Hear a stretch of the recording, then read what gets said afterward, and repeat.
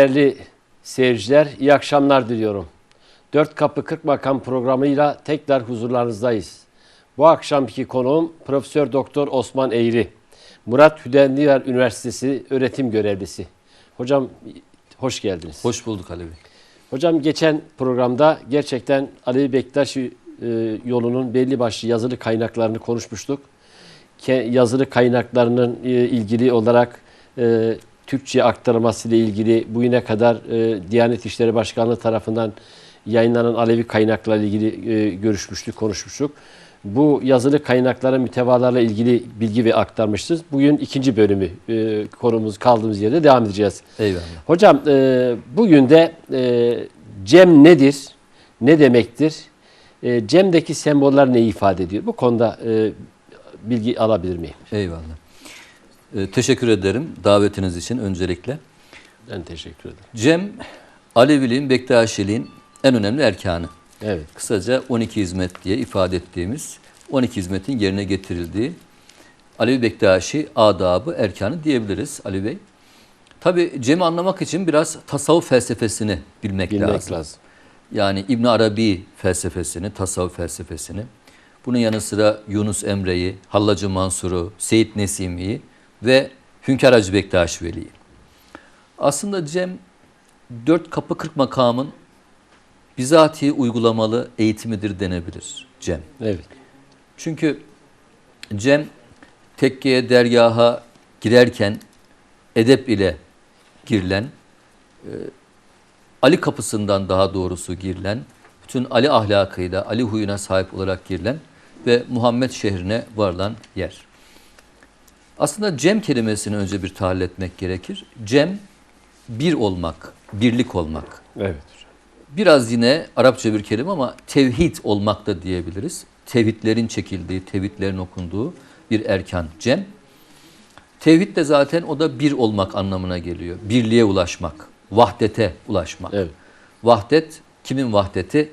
Allah'ın vahdeti. Tabi tasavvufta ana gaye Ali Bey, Allah'a ulaşmaktır. Buna kısaca vuslat diyoruz. Vuslatın da zıttı gurbet. Bu dünya bir gurbet alemidir. Yani Elest bezmi diye sürekli Alevi Bektaş geleneğinde de terminolojide geçen, yani ruhlar aleminde Allah'a verdiğimiz söz, ikrar, Allah'ın birliğine verdiğimiz ikrar. Ama o ikrardan sonra Adem Aleyhisselam'ın şahsında bir dünyaya iniş var. Yani ruhlar aleminden, Allah'ın katından, Allah'ın yanından onu yakın olarak görmekten bir uzaklaşma var. Buna kısaca gurbet diyoruz. Peki sıla-i rahim, vatan neresi? Vatan Allah'ın katı yeniden. Cem bu anlamda Allah'ın katına, Allah'ın yakinine dönüşü sembolize eder. Kırklar Meclisi Alevi Bektaş geleneğinde önemli bir semboldür malumunuz. Peki Kırklar Meclisi nedir? Cem'le irtibatı nedir? Aslında Perşembeyi Cuma'ya bağlayan akşamları 48 Cuma veya 48 Perşembe yerine getirilen Cem, Muhammed Mustafa Aleyhisselam'ın miracını da gerçekleştirmektir. Aslında miraca baktığımız zaman o da vuslattır, kavuşmaktır yani. Kime kavuşmak? Yâre kavuşmak, dosta kavuşmak, yüce dosta kavuşmak. Peygamber Efendimiz Hazreti Muhammed Mustafa iki cihan serveri Aleyhisselam ölmeden önce bu vuslatı gerçekleştiren bir insan. Bu dünya bir gurbet alemi olduğu kadar aynı zamanda bir kesret alemi, yani çokluk alemidir de. Bu dünya aynı zamanda firkat, fark alemidir de.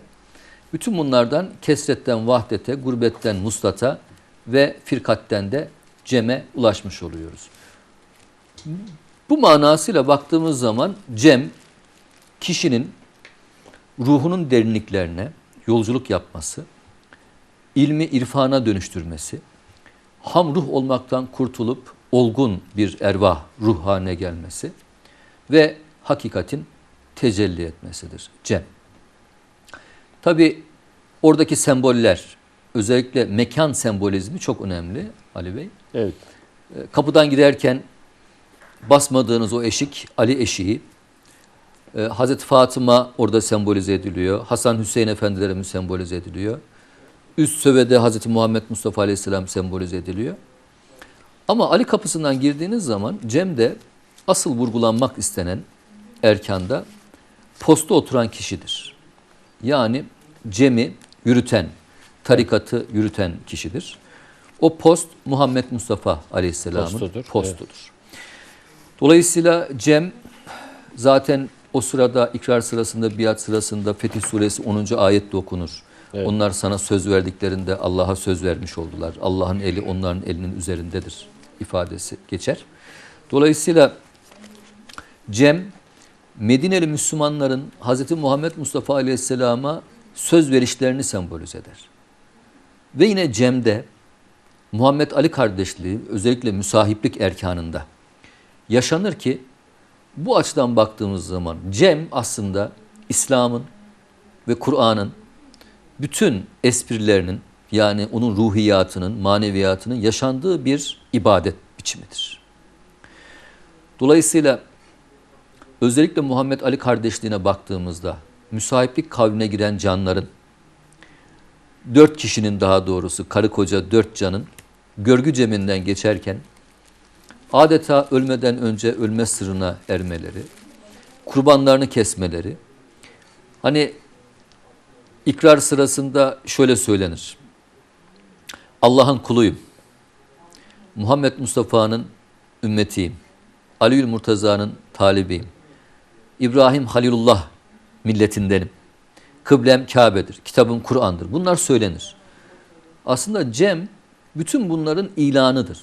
Hani İslam deyince özellikle salli varik dualarında sevgili seyircilerimiz, dinleyicilerimiz bileceklerdir. İbrahim Aleyhisselam'la birlikte Peygamber Efendimiz Aleyhisselam'a ve İbrahim Aleyhisselam'ın ehli beytine ve Peygamber Efendimizin evladına, ehli beytine salavat getiriyoruz. Dolayısıyla cemde o kesilen kurban, İsmail Aleyhisselam'ın kurbanlığını ve asıl büyük kurban olan İmam Hüseyin Efendimizin kurbanlığını da sembolize eder. Toparlayacak olursak, evet. Cem, şeriat, tarikat, marifet, hakikat kapılarının uygulandığı, marifet kapısında arif olan pirin, mürşidin, arı duru olan arifin, pirin, mürşidin, adeta temiz bir su gibi gönüllerimizi yıkadığı bir yerdir. Cem, sır suyunun dağıtıldığı ve gönüllerimizdeki bütün güzelliklerin canlandığı bir yerdir. Ve Hüseyinleştiğimiz, mazlum olmayı tercih ettiğimiz, 1000 defa da zulmü uğrasak bir defa zalim olmamayı tercih ettiğimiz bir dışa vurumdur, coşkudur, heyecandır, zevktir, şevktir ve bütün bu güzellikleri içmektir. Yani meşreptir. Cem o engür şerbetini içmektir. Peki hocam 12 hizmetin anlamı nedir sizce? Tabii 12 hizmete ayrı ayrı baktığımız zaman her birinin taşıdığı bir değer var, bir önem var. Pir mürşit postu, ondan bahsettim. Rehber postu. Bu da çok önemli. Evet. Yani çok güzel bu anlamda ifadeler var. Özellikle bu şeriat, tarikat, marifet, hakikatla alakalı şeriat babası öz baba, tarikat babası mürebbi, rehber de diyebiliriz. Marifet babası Hazreti Ali, hakikat babası Hazreti Muhammed'dir. Evet. Talibin. Dolayısıyla rehber postu Ali postudur Ali Bey. Evet. Kendimizi Muhammed Ali'ye cemde teslim etmiş oluyoruz. Muhammed Ali kimdir peki? Muhammed Ali, Alevi Bektaş geleneğinde ab-ı hayattır. Yani ab-ı hayat suyu içmek. Hızır çeşmesidir. Evet. Yani bengi sudur. Yani zemzemdir. Geçenki konuşmamda su metaforunu hatırladığım kadarıyla seyircilerimize arz etmiştim. Ta İbrahim Aleyhisselam'ın oğlu İsmail Aleyhisselam'ın içtiği Kabe'nin yanında çıkan zemzem aslında cemde sır suyu olarak dağıtılan sudur.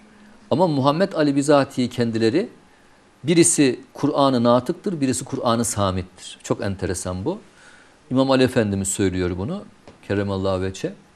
Cem'de diyor, daha doğrusu tasavvufta zahir olan vahiy yani kelamullah, Kur'an-ı Kerim Hz. Muhammed Aleyhisselam'a inmiştir. Kur'an'ın muhatabı Hz. Muhammed'dir Aleyhisselam. Ve o Kur'an'ı natıktır, konuşan Kur'an'dır. Bir de Kur'an-ı samit yani susan Kur'an var. Zahir değil ama batini yönden Kur'an'ı bizlere ulaştıran var. O da İmam Aliül Murtaza'dır.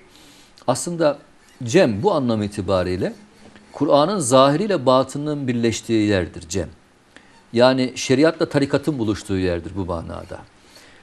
Velayetle nübüvvetin buluştuğu yerdir. Özellikle çera hizmeti, 12 hizmetten birisi. Şimdi mürşit hizmeti, mürşit postu, rehber postu, çera uyandırılırken Allah'ın nuru, Muhammed Mustafa'nın nübüvveti nuru üzerinde ve Aliül Murtaza'nın da velayeti nuru aşkına Nur suresi 35 ve 36. ayetler okunurken cemde işte bu ab-ı hayat bir nevi karakterize edilmiş, sembolize edilmiş oluyor.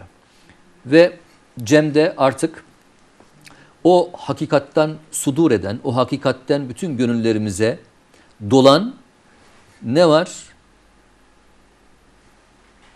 İlham var. Semahı biraz sonra anlatacağım. Sema akıldan dimağa kadar ulaşan ve gönülde meydana gelen muhabbet. O muhabbetten ortaya çıkan ilhamdır. İlhamın bütün kapıları sonuna kadar açılır. Bu anlamda cem bir fetihtir. Nasıl bir fetih diyeceksiniz? O cem meydanı, yani cemde bütün yaşadıklarımız İmam Ali Efendimizin Hayber Kalesi'nin kapısını söküp o kaleyi fethetmesiyle eşdeğerdir. İmam Ali Efendimiz güçle mi söktü o kapıyı? Elbette gücü de kuvveti vardı. Allah'ın gücü de var. Bazı kuvveti vardı. Ama asıl İmam Ali Efendimizin gücü ilim gücüydü. Evet. Buyurun. Zaten kılıcın yani Zülfikar'ın anlamı da bir taraftan adalet, bir taraftan ilim, bir taraftan güç Evet. kastediyor. İlmi ledün. Evet. İlmi ledünün açamayacağı bir kapı yok. Ve orada işte muhabbet var, sevgi var. Şimdi bununla alakalı müsaade ederseniz bir iki tane anekdot aktarayım. Hocam, buyur. Bir gün Peygamber Efendimiz Aleyhisselam'ın huzuruna bir bedevi geldi. Henüz yeni Müslüman olmuştu. Ve Peygamber Efendimiz Aleyhisselam'a şöyle bir soru sordu. Kıyamet ne zaman kopacak ey Allah'ın elçisi? Peygamber Efendimiz Aleyhisselam ona cevaben dedi ki kıyamet için sen ne hazırladın? Dedi ki bedevi daha yeni Müslüman oldum. Hiçbir ibadetim yok, itaatim yok. Bir şey hazırlamadım ama bir tek sermayem var. Ben Allah'ı ve onun Resulü olan seni çok seviyorum dedi. Peygamber Efendimiz Aleyhisselam da şöyle buyurdu. Kişi sevdiği ile beraberdir. Bugün günümüzde modernleşmenin beraberinde getirdiği Ali Bey en büyük sıkıntımız ne biliyor musunuz? Sevdiğimiz insanlarla az vakit geçirmemiz.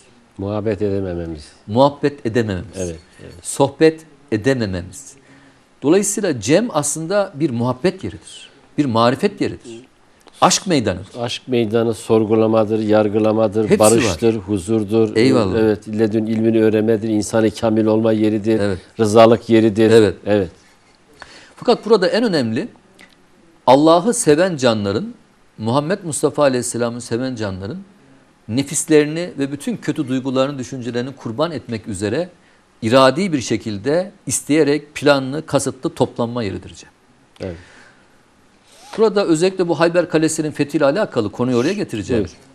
Peygamber Efendimiz Aleyhisselam sancağı İmam Ali Efendimiz'e vermeden önce, bir gece önce yarın buyurdu sancağı öyle birine vereceğim ki Allah ve Resulü onu çok sever.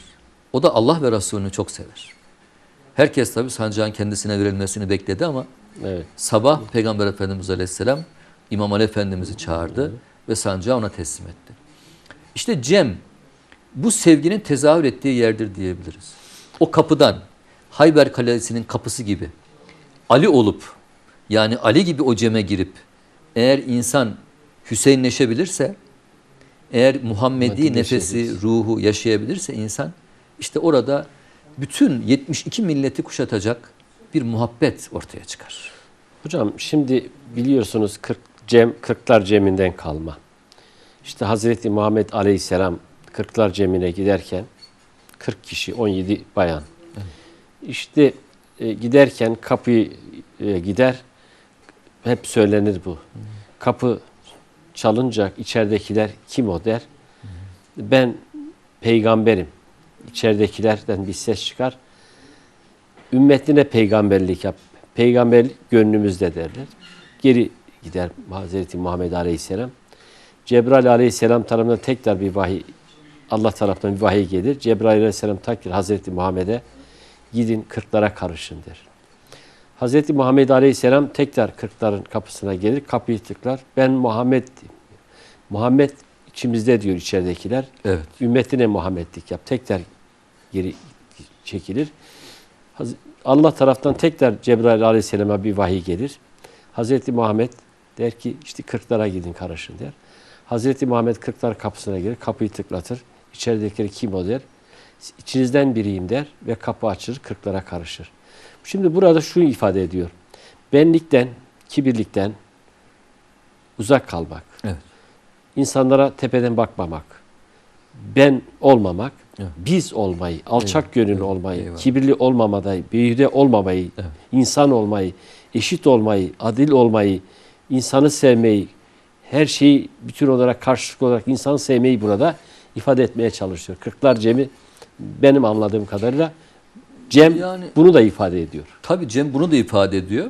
Burada semah üzerinde durmak lazım. Çünkü Kırklar Meclisi'nde semah önemli bir Evet, sembol. evet. Cem'de de bu yine aynı şekilde bugün yaşanıyor ve yaşanmaya devam edecek Allah nasip ederse. Bir defa orada Peygamber Efendimiz Aleyhisselam'ın risalet ve nübüvveti bırakıp kapıdan içeriye girmesi, Evet. o bu dünyadaki kimliklerimiz ve aidiyetlerimizle. Yani ne olabilir? İşte doktor, doçent doktor bilmem kim. İşte Evet. falanca mesleğe sahip, diplomaya sahip Statü, falanca zenginlik. insan. Tabii.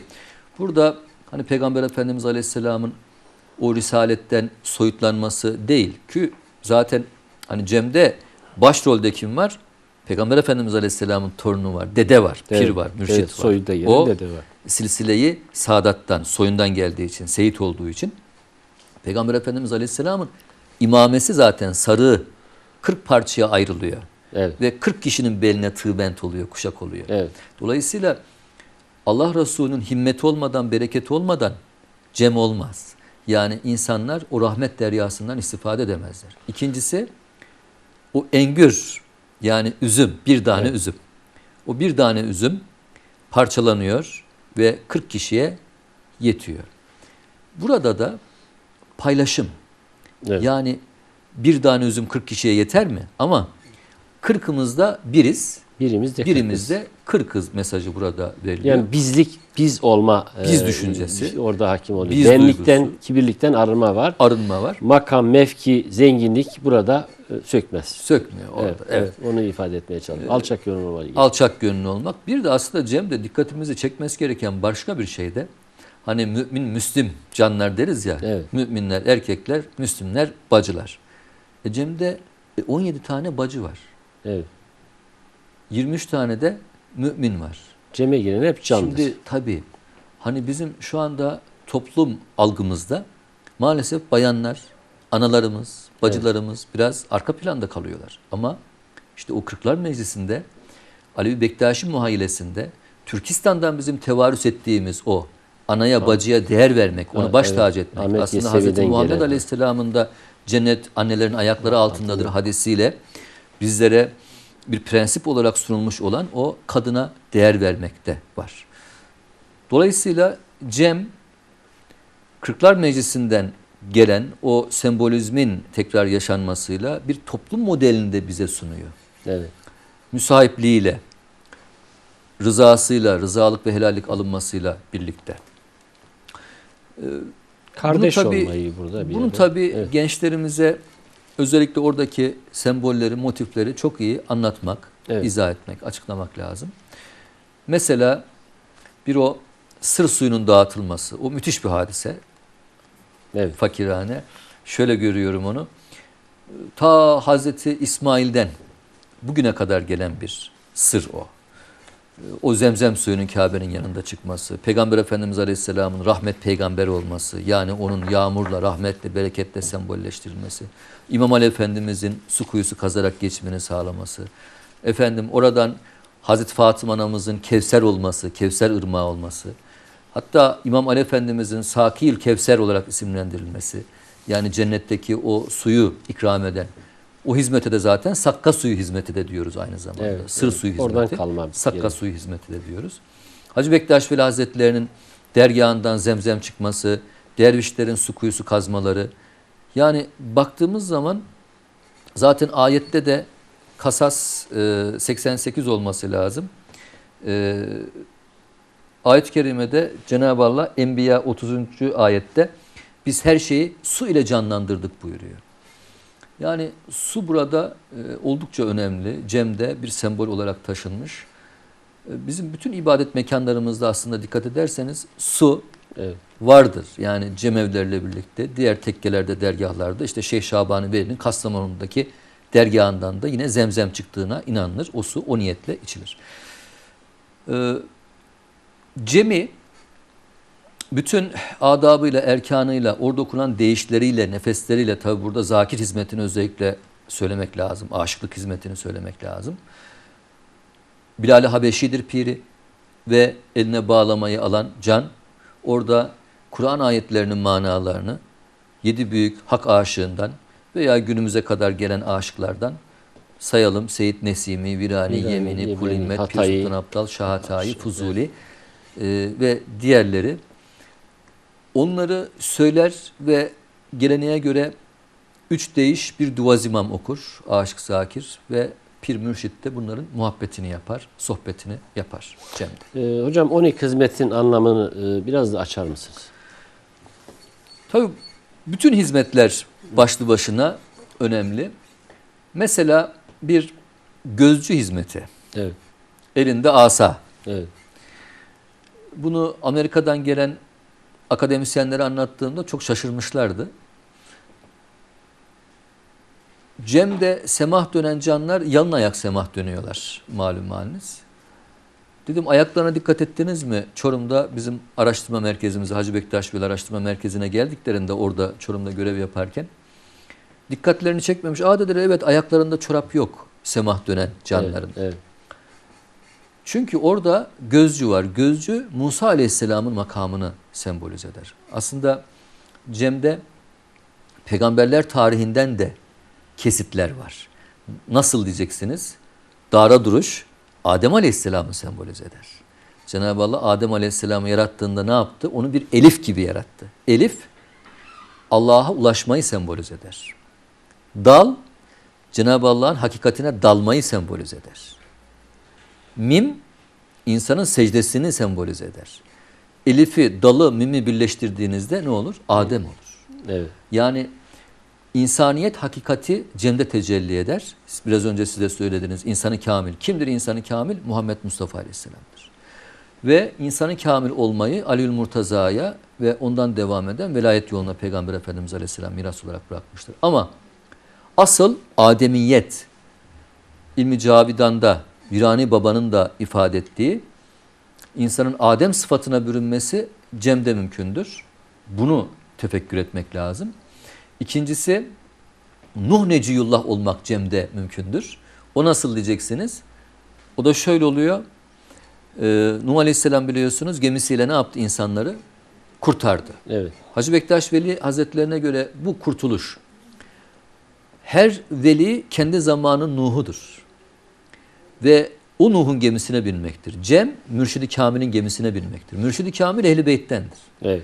Peygamber Efendimiz Aleyhisselam buyuruyor ki benim Ehl-i Beyt'im Nuh'un gemisine benzer. Benziyor. Kim ona binerse kurtulur. Evet. Bir nevi Cem'e gitmek, yani Perşembeyi Cuma'ya bağlayan akşam Cem'e gitmek, orada ibadet etmek, oradaki tevhidlere katılmak, Allah Allah zikirlerini yapmak, semah dönmek, değiş nefes, duazimam okumak, mersiye okumak, gözyaşı dökmek orada, Kerbela'da şehit olanlar için Ehl-i Beyt'in gemisine binmektir.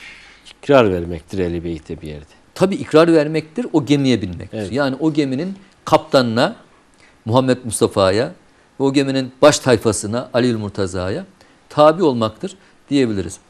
Eğer reklam arası varsa verelim, ondan sonra Peki Nuh Aleyhisselam. reklamlardan sonra devam edelim. Evet, Musa'yı anlatayım. Teşekkür ederim.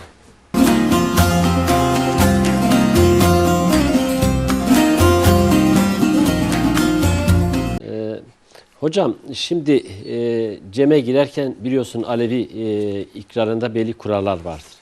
Mesela şöyle deniliyor. Biz ceme Evet. girerken şunu yapıyorduk. Cem evine geleceği gün niyet edilir. Evet. Beden temizliğine, giyimine özen gösterilir. Cem evine girerken tüm canların kul hakkının üzerinde olmadığının bilincinde hareket ederler. Evet. Canlar cem evine girerken hü deyip içeri girerler. Sağ eli sol göğsün üzerine koymalıdırlar. Cem meydana girerken bir kez niyaz eder. Gözcünü gösteri yere edebe erkene uygun olarak oturur. Dede cem evine geldiğinde cemaat toplanmamışsa toplanması için bir süre tanır. Dede mevcut olan cemaate dar duası verir, sohbet konuşmasına devam eder. Evet. Cem evinde cemaat toplandıktan sonra dede cem evine girerken cemaat edep erkene uygun bir şekilde oturur. Cem evinde 12 hizmet sahipleri cem meydana gelirken kırmızı renkli kemer best kuşağını bağlarlar. Meydan niyaz edip darda durur ve dua edilir.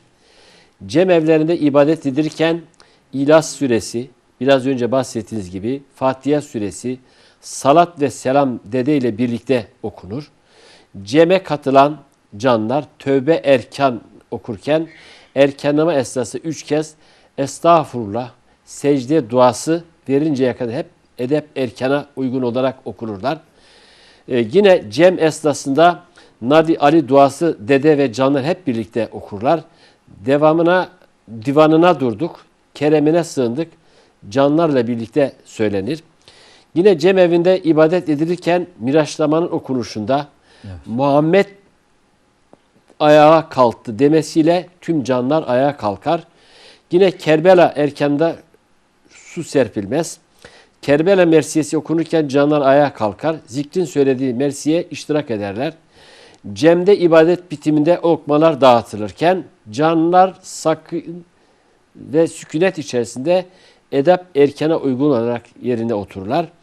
Düşkünler hiçbir zaman ceme alınmazlar. Cemlerde kadın erkek ayrımı yapılmadan oturulur, ibadet edilir. Yön aranmaz. Her yana dönersen dön ayeti okunur. Gerektiğinde cemala ibadet yapılır. Biraz önce dediniz ya kadın erkek konusunda eşittirler. Evet. Yine cemde var ise canların sorunları burada çözülür. İbadetin amacı burada yoksula, yetime, kimsesize yardım etmek, toplumda adaleti, eşitliği, barışı ve güveni tesis etmektir. Cem evinde izinsiz konuşulmaz. Rızalık alınmadan lokma yenilmez. Cem bitmeden gidilmez. Uygunsuz oturulmaz. Yine kapıda dikilmez. Yine yanında getirdiği çocuğa sahipsiz bırakmaz. Cem'in düzenini bozacak davranışlara kesinlikle izin verilmez. Toplumca yapılan cemlerle birlikte hep birlikte dua edilir. Allah Allah diyerek zikre topluca katılır. Dualar yine bilinmelidir. Ismarlama dua kabul olmayacağına göre hep birlikte cemde dua edilir. Etraf seyredilmez. Gören gözle değil, can gözüyle özüne dara çekerek vicdanımızı sorgulayarak aşka ibadet edilir. Sadece bedensel ibadet insanı Tanrı'ya götürmez. Cem'de Hak, Muhammed, Ali ve Hazreti Hüseyin aşkıyla coşulur, gösterişten uzak durur ve samimi bir inançla ibadet edilir. Bu benim daha önce Alevi Cem sohbetlerinde dedelerle birlikte hazırladığımız gerçekten de Cem'de uygulanan kurallar ve Cem evlerinin birçoğunda da bu uygulanmaktadır. Hocam Çok bunu güzel. belirttikten sonra teşekkür ediyorum. Selma dönmelerinin anlamı nedir? Şimdi yarım kaldı. Müsaade Buyur, ederseniz, kaldığınız yere devam edin hocam. Musa Aleyhisselam'dan devam edeyim. Buyur. Musa Aleyhisselam Tur Dağı'nda Cenab-ı Allah'la konuştu.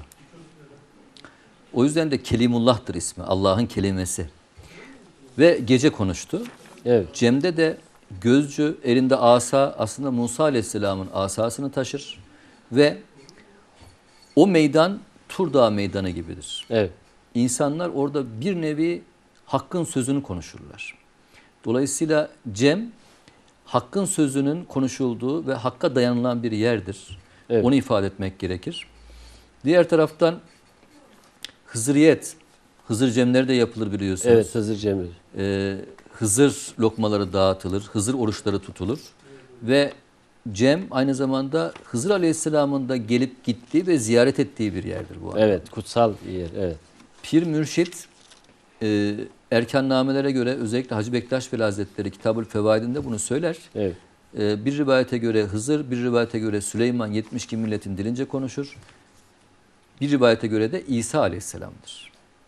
O da ölüleri diriltmiştir İsa Aleyhisselam. Evet. Cem de bütün bizim güzel duygularımızın iyilik, doğruluk, şefkat, merhamet, kanaat, alçak gönüllü olmak, ne kadar güzel duygularımız varsa, amellerimiz varsa onların yeniden canlandığı, insanın yeniden hayat bulduğu bir yerdir. Tabii ki aynı zamanda da vuslat meydanıdır Cem. Hocam, burada evet, tabii buyur. hani çeracı, lokmacı, kurbancı, tezekkar, ibriktar, peyk hizmetleri onları tek tek saymadım. Ama hani bir tezekkar hizmetine özellikle tarikat abdesti alınmasına temas etmek isterim.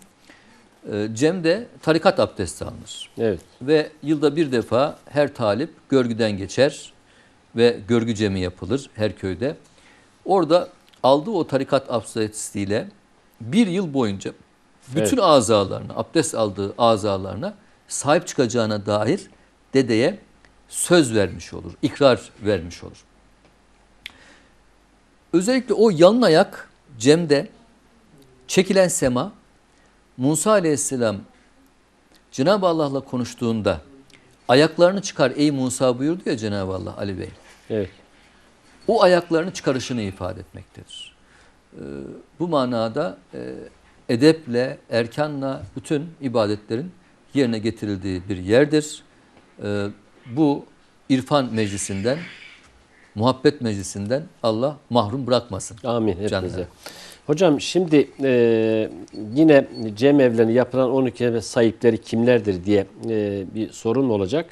Gerçi burada tarikçi Hazreti İmam Hasan el-Müştaba, yine yatak Hazreti Hüseyin, Deşli Kerbela, Berber Hazreti Muhammed Hanefi Zakir, Hazreti Ebu Abdüssemet Sofracı, Hazreti Ebdülmuvahhid İbrikçi, Hazreti Salman-ı Pak Saki, Hazreti Tayyip Meydancı, Hazreti Abdülmütalif Gözcü, Hazreti Abdülkerim Pervaneci, Hazreti Abdullah Çırağcı, Hazreti Hadi Ekber Pevyar Kapıcı, Hazreti Ebdülcelil, yani o Ehl-i Beyt'ten olan kimseler. Evet, Kırklar Cem'inde. Yani burada da şu espriyi sevgili seyircilerimizle paylaşmak lazım.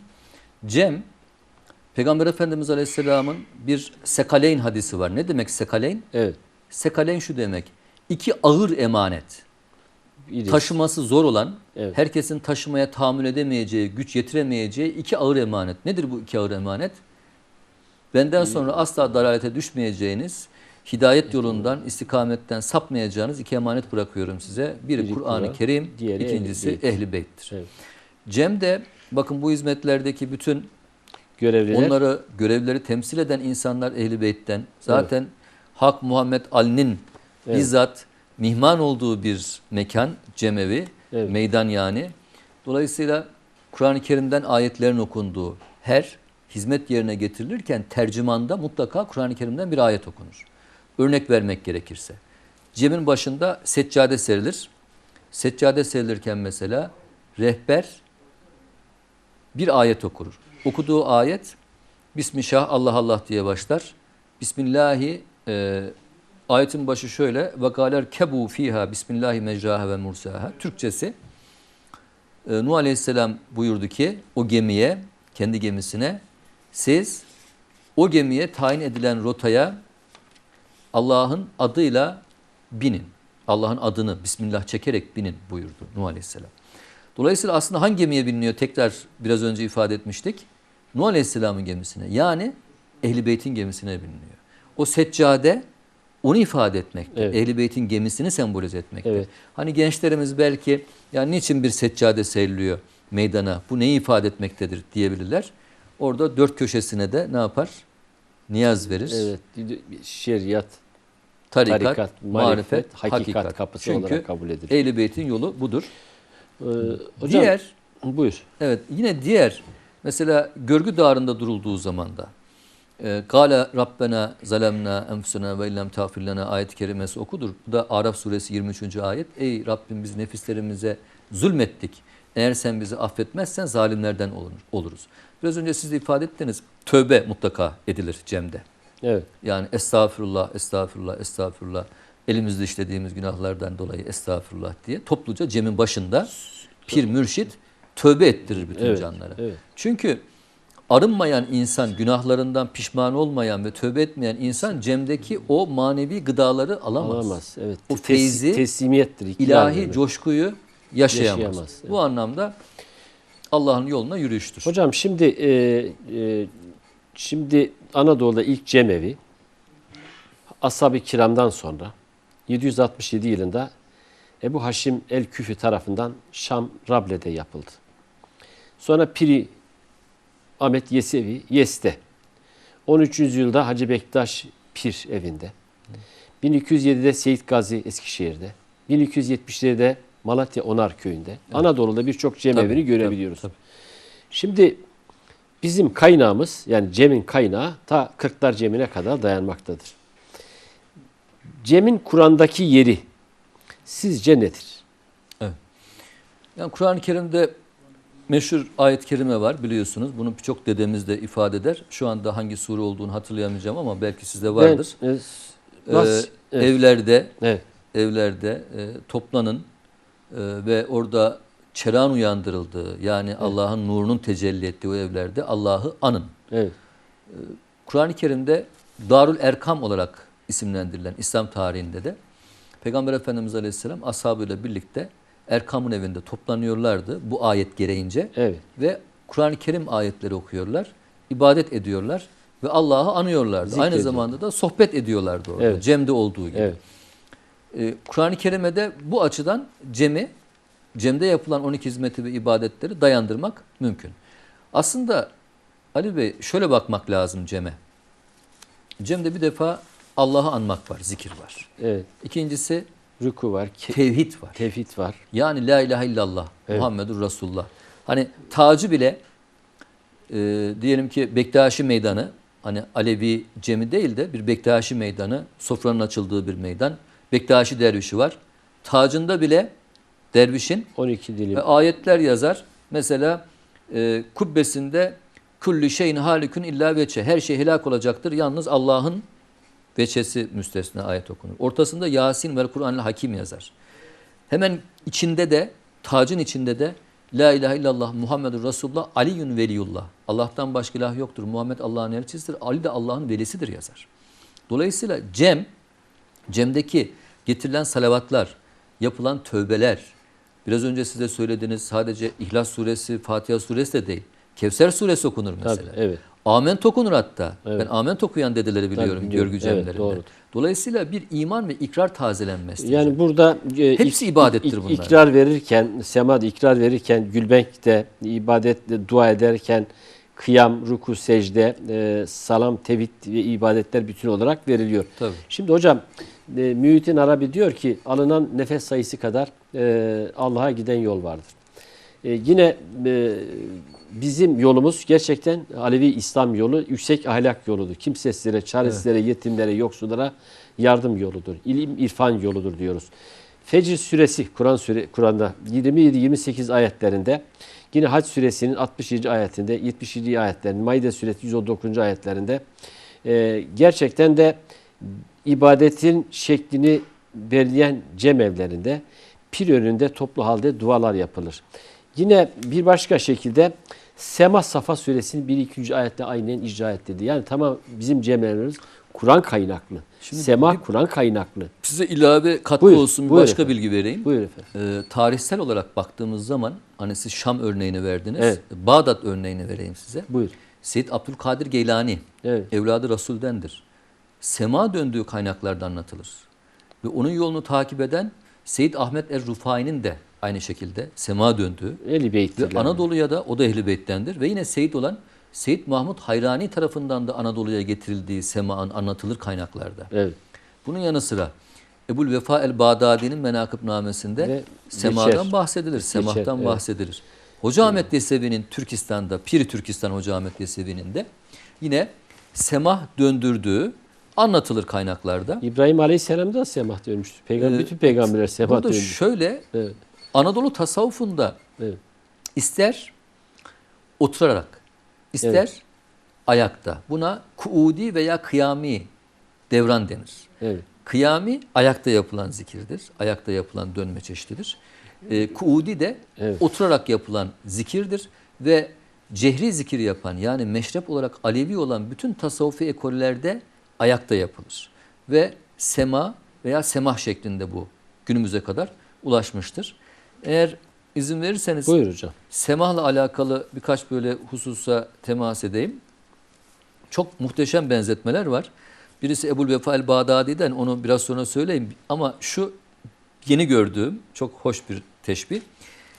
Dervişin dönmesi semahta değirmen oluğundan suyun akarak değirmen taşlarını döndürmesine benzetilmiştir. Semah dönen talip, semah dönen can değirmen taşı gibi döner. Peki o su nedir bu teşbihe göre, bu metafora benzetmeye göre? O da ilahi aşktır. Öylesine ilahi aşk boşalması olur ki o meydana. Okunan deyişlerle, nefeslerle, yani mesela şu deyişi okurken semah dönülür ki ela gözlü pirim geldi, bilen gelsin işte meydan. 4 kapıyı 40 makamı bilen gelsin işte meydan. Yani orada 4 kapıyı 40 makamı ikmal etmiş, onun hakkını vermiş, onu hayatına yansıtmış, onu hal haline getirmiş olan insanların döndüğü semah. Bu Peygamber Efendimiz Aleyhisselam'ın döndüğü semahtır deyin. Mevlana Celaleddin Rumi'nin döndüğü semahtır deyin. Meleklerin Kabe'nin etrafında yaptıkları dönüşü veya gezegenlerin kendi eksenleri etrafında yaptıkları dönüşü deyin. İlahi aşk, ilahi muhabbet olmadan zerreden küreye kadar hiçbir şey hareket edemez zaten. Dolayısıyla Hepsi Allah'ın dediği. Hacı Bektaş Veli Hazretleri'nin haşa ki bizim semahımız oyuncak değildir. O bir aşk halidir, salıncak değildir. Her kim ki semahı bir oyun sanar, onun namazı kılınacak değildir diyor Hacı Bektaş Veli Hazretleri. Evet. Ve hünkârımıza göre bir insan eğer ilahi aşktan, cezbeden, zevk halinde, zevki ruhani halinde semah dönerse bu ibadettir. Ama her kim ki bunları yaşamadan, 4 kapı 40 makamın hakkını vermeden, üzerinde insan hakkı varken, doğru değil mi? Evet. Pirin, mürşidin hakkını yerine getirmeden semah dönerse onunki de maalesef taklit olur. Yani gösteriş değildir sema. Tabii. Sema tamamen Kur'an kaynaklı. Gerçekten Kur'an kaynaklı ibadettir bir yerde. Evet. Evet. Hocam sema dönmelerin anlamı biraz açıkladınız. Evet. Onu biraz da irdeler misiniz biraz? Evet, yani şöyle ifadeler var. Semah vücudun bağlarından kurtulmadır. Dünyayı terk edip ilahi evine dönüştür. Bu İbn Arabi'ye göredir. Evet, Muhittin İbn Arabi'ye göre. Evet, evet. Yani eskiden anlatırlar semah dönerken insanların ayakları yerden kesilirmiş diye. Kuşa girdiği zaman Burada kendinden kastedilen geçiyor. şu. Dünya, üzerine bastığımız dünya aslında bir semboldür. Dünya ve içindekiler. Dünya ve mafiha yani içindekiler. Bunlar özellikle Ali yoluna talip olan, İmam Ali Efendimiz'i kendisine örnek alan insanların asla istemeyeceği şeylerdir. Hacı Bektaş Veli Hazretleri şöyle buyuruyor. İnsan öldüğü zaman malı, mülkü nerede kalır? Burada kalır. Burada kalır, evde kalır. Dost, Eşi, dostu, akrabası mezara kadar gider. Ama ameli sadece onunla birlikte kalır. Evet. Şimdi semahla birlikte o cem meydanında, cem evinde 12 hizmeti yerine getirirken bütün yaşadıklarımız aslında İmam Ali Efendimizin ilmi ledünnüne, Ameldir. yani velayet ilmine talip olma demektir. Evet. Bununla alakalı da özellikle dünya ile olan münasebetimiz nasıl olmalı, semah dönerken neyi yaşamalıyız onu anlatmak açısından İmam Ali Efendimiz'e sorulur. İlim müstündür, mal mülk müstündür. 7 tane İmam Ali Efendimiz'in cevabı var bununla alakalı. Çok orijinaldir. Diyor ki İmam Ali Efendimiz, mal mülk harcandıkça azalır ama ilim harcandıkça Çoğalır. çoğalır. İlim peygamberlerden kalmıştır. Mal mülk ise firavunlardan kalmıştır. Biraz önce söylediğim insan ölünce malı mülkü burada kalır ama ilmi varsa siz kitap yazmışsınız. Evet, kalıcı. Allah size hayırlı ömür versin. Sağ ol, teşekkür Uzun ederim. ömür versin. Ama bir gün emri hak baki olduğunda diyecekler ki Ali Kaya veya Osman Eğri fakir işte bir ilim yazmıştı, Evet. hizmet etmişti. Değil mi? Tabii. Hak Muhammed Ali yoluna. Allah onun aşıklarından, sadıklarından eylesin. Yolumuzun hizmetini Amin. yaptırsın. Evet. Ölünce mal kalır, ilim insanla birlikte gider. Malın mümin de kazanır, kafir de kazanır. Ama ilmi, tabi burada ilim derken Allah'ı tanıtan marifet ilmi kastediliyor. Onu mümin kazanabilir. Dini konularda alime soru sorarlar. Mal mülk sahibi olan bir kişiye soru Sormaz. sormazlar. Evet. Yine diyor ki İmam Ali Efendimiz, sırattan geçerken mal mülk insana yük olur ama ilim sahibi sırattan göz açıp kapayıncaya kadar geçer. Kolay geçer. Burada semah dahil ve bütün o yapılan hizmetler dahil bunları ilmi ledünne bir ne diyelim bir kapı aralamak olarak görmek lazım. O kapıdan girince dünyayı ve dünyevi bütün duygularımızı, düşüncelerimizi dışarıda bırakıp o Ali evine girmek lazım. Burada tabii özellikle Cem'de ve Alevi Bektaşi yolunda kazandığımız bu ilimle alakalı birkaç hususu az vaktimiz kaldı. Yok, devam ediyor hocam. Anladığım Vaktimiz var. kadarıyla Evet. arz etmek isterim. O zaman siz sorunuzu sorun. Hocam şimdi Alevi Bektaşi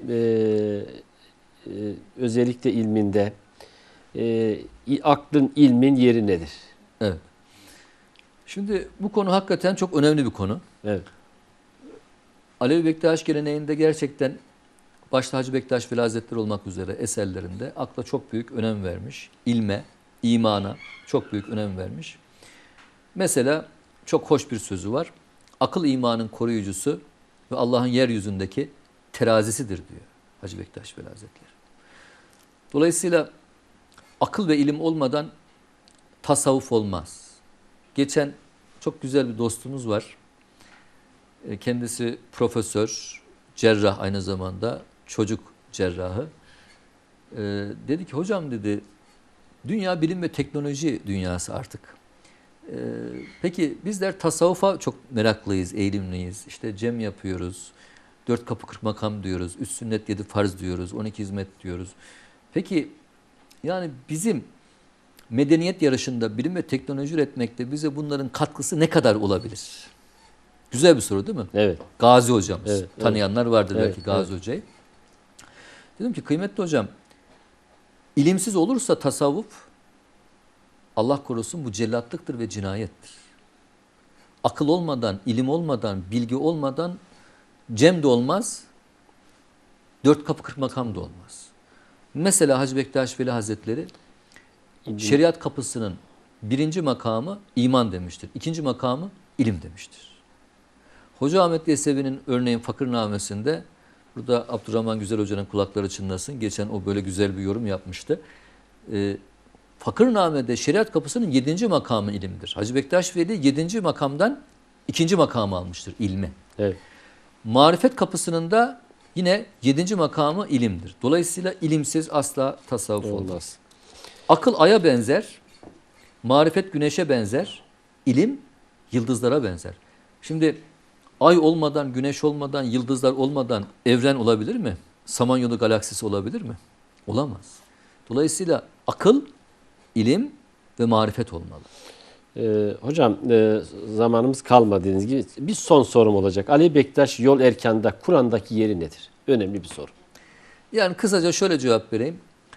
Bir pire, mürşide, Evet. seccadeye oturup, posta oturup mürşitlik yapacak bir kişiye Hacı Bektaş dergahından veya Erdebil dergahından verilen bir icazetnamenin başında bu aziz olan ve alim olan Allah'ın takdiriyle verilmiştir yazar. Kur'an ayetidir bu. Evet. Yine bir başka ayette yardım Allah'tandır, fetih yakındır, müminlere müjdeler olsun ayeti yazar. Nasrun minallahi ve fethun garib ve beşiril müminin. Yeniçerinin de Gülbengi'nde okunan bir ayettir Evet. bu. Buna benzer ayetler icazetnamelerde vardır. Cem biraz önce hep konuştuk. Kur'an-ı Kur'an Kerim kaynaklıdır. ayetleriyle zaten yapılıyor. Alevilik, Bektaşilik aslında Kur'an-ı Kerim'le Ehl-i Beyt'i buluşturmak, Ehl-i Beyt'ten olan mürşitlerin yollarını, erkanlarını takip etmekten başka bir şey değil. Evet, son söyleyeceğim bir şey var mı hocam? Çok teşekkür Şimdi ediyorum. ben çok teşekkür ediyorum. Hocam şimdi gerçekten verdiğiniz bilgilerden dolayı ben size çok teşekkür ediyorum. Değerli seyirciler, tekrar iyi akşamlar diliyorum. 4 Kapı 40 Makam programımız burada sona eriyor. Bir sonraki hafta görüşmek dileğiyle. Hoşça kalın, dostça kalın, sağlıcakla kalın.